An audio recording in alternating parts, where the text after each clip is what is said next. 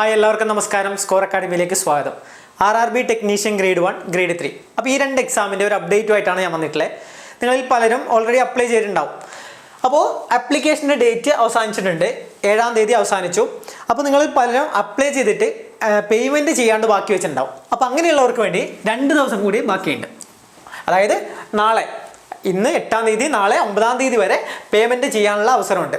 അപ്പോൾ അത് കഴിഞ്ഞിട്ട് 10-ാം തീയതി മുതൽ 19-ാം തീയതി വരെ മോഡിഫിക്കേഷൻ വിൻഡോ ഓപ്പൺ ആയിരിക്കും. അതായത് നിങ്ങളിപ്പോൾ അപ്ലൈ ചെയ്യുമ്പോൾ പല എറേഴ്സ് ഉണ്ടാവും.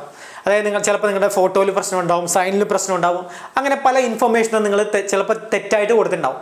അപ്പോൾ അങ്ങനെയുള്ളവർക്ക് വേണ്ടി അത് കറക്റ്റ് ചെയ്യാനുള്ളൊരു ചാൻസാണ് 10-ാം തീയതി മുതൽ 19-ാം തീയതി വരെ ഈ 10 ദിവസം നിങ്ങൾക്ക് മോഡിഫിക്കേഷൻ വിൻഡോ ഓപ്പൺ ആയിരിക്കും. അപ്പോൾ അന്ന് നിങ്ങൾക്ക് വേണ്ട കറക്ഷനൊക്കെ ചെയ്യാം. അപ്പോൾ നിങ്ങൾ മനസ്സിലാക്കേണ്ട കാര്യം, കറക്ഷൻ വിൻഡോ ഓപ്പൺ ആകുമ്പോൾ നമ്മുടെ ബേസിക് ഡീറ്റെയിൽസ് ആയ, അതായത് എന്താ, ഇപ്പോൾ ക്രിയേറ്റ് ചെയ്യാൻ അക്കൗണ്ടിൽ കൊടുത്ത ഡീറ്റെയിൽസ്, അതുപോലെ നമ്മൾ ചൂസ് ചെയ്ത RRB. ഇപ്പോൾ നിങ്ങളെങ്ങനെയാണ്, ഇപ്പോൾ ഒരു എക്സാമ്പിൾ പറഞ്ഞാൽ നമ്മൾ ചെന്നൈ സോണാണ് സെലക്ട് ചെയ്തത്, ചെന്നൈ RRB ആണ് നമ്മൾ സെലക്ട് ചെയ്തതെങ്കിൽ നമുക്ക് ആ RRB മാറ്റാൻ പറ്റില്ല. ഓക്കെ, RRB മാറ്റാൻ പറ്റില്ല. അതുപോലെ നമ്മൾ ക്രിയേറ്റ് ചെയ്യാൻ അക്കൗണ്ടിൽ കൊടുത്ത നമ്മുടെ basic details, mail ID, Aadhaar number, അങ്ങനെയുള്ള കുറച്ച് കാര്യങ്ങളുണ്ട്. അപ്പോൾ അതൊന്നും മാറ്റാൻ പറ്റില്ല. ബാക്കിയുള്ള കാര്യങ്ങളൊക്കെ നമുക്ക് മാറ്റാൻ പറ്റും.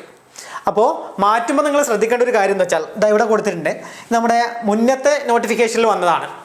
അപ്പോൾ ആദ്യം നമുക്ക് വന്ന ഡേറ്റ് ഇതൊക്കെയാണ്. അത് കഴിഞ്ഞിട്ട് വീണ്ടും ഒരു നമ്മുടെ എക്സ്റ്റെൻഡ് ചെയ്തിട്ടുണ്ടായിരുന്നു. അതാണ് ഈ രണ്ട് കാര്യങ്ങൾ പറയുന്നത്.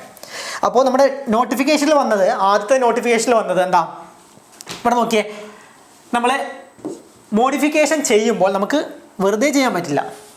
വെറുതെ ചെയ്താൽ ഒരുപാട് പേര് കയറിയിട്ട് വെറുതെ മോഡിഫൈ ചെയ്തുകൊണ്ടൊക്കെ ഇല്ലേ. അപ്പോൾ വെറുതെ ചെയ്യാൻ പറ്റില്ല. നമുക്ക് 250 രൂപ പെർ കറക്ഷന്, ഒരു കറക്ഷന് 250 രൂപ കൊടുക്കേണ്ടി വരും. അപ്പം അങ്ങനെയാണ് നമുക്ക് കറക്ഷൻ ചെയ്യാൻ പറ്റുന്നത്. അപ്പോൾ നിങ്ങൾ വ്യക്തമായി വായിച്ചു വെക്കുക. എന്തെങ്കിലും മോഡിഫിക്കേഷൻ വരുത്തേണ്ടതുണ്ടെങ്കിൽ നമ്മൾ എന്ത് ചെയ്യുക, 250 രൂപ കൊടുത്തിട്ട് കറക്റ്റ് ചെയ്യാം. നിങ്ങളെ ഫോട്ടോയിൽ ചേഞ്ച് ചെയ്യാം, സൈനിൽ ചേഞ്ച് ചെയ്യാം, അതൊക്കെ ചേഞ്ച് ചെയ്യാം.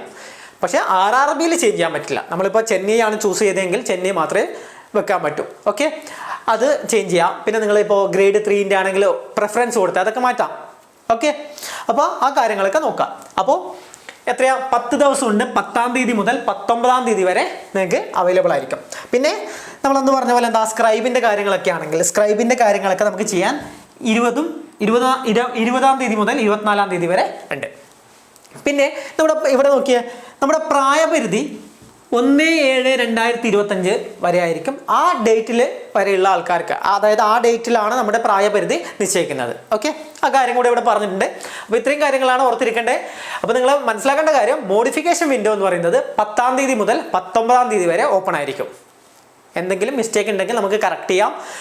കറക്റ്റ് ചെയ്യുമ്പോൾ ഫ്രീ അല്ല, ഫീ കൊടുക്കണം. 250 രൂപയാണ് കറക്ഷന് കൊടുക്കേണ്ടത്. അപ്പോൾ അത്രയും കാര്യങ്ങൾ ഓർത്തിരിക്കുക, നന്നായി പഠിക്കുക. അപ്പോൾ ഇനി നിങ്ങൾക്ക് പഠിക്കേണ്ടത് എങ്ങനെയാണെന്ന് അറിയില്ലെങ്കിൽ നമ്മുടെ കോഴ്സ് അവൈലബിൾ ആണ്. ടെക്നീഷ്യൻ ഗ്രേഡ് 1 പഠിക്കണമെങ്കിൽ, ടെക്നീഷ്യൻ ഗ്രേഡ് 1 സിഗ്നലിന് പഠിക്കണമെങ്കിൽ ഈ കോഴ്സ് അവൈലബിൾ ആണ്. ഓൾറെഡി അഡ്മിഷൻ ഓപ്പൺ ആയിട്ടുണ്ട്.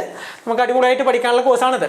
ഓക്കെ, ഇനി ടെക്നീഷ്യൻ 3 ആണെങ്കിൽ നമ്മുടെ ഈ കോഴ്സ് അവൈലബിൾ ആണ്. അതുപോലെ ടെക്നീഷ്യൻ ഗ്രേഡ് 3ൻ്റെ കൂടെ നിങ്ങൾക്ക് ALPയും കൂടെ എക്സാം ഉണ്ടെങ്കിൽ ഈ 2 കോഴ്സ് നമുക്ക് ഒരുമിച്ച് പഠിക്കാമല്ലോ.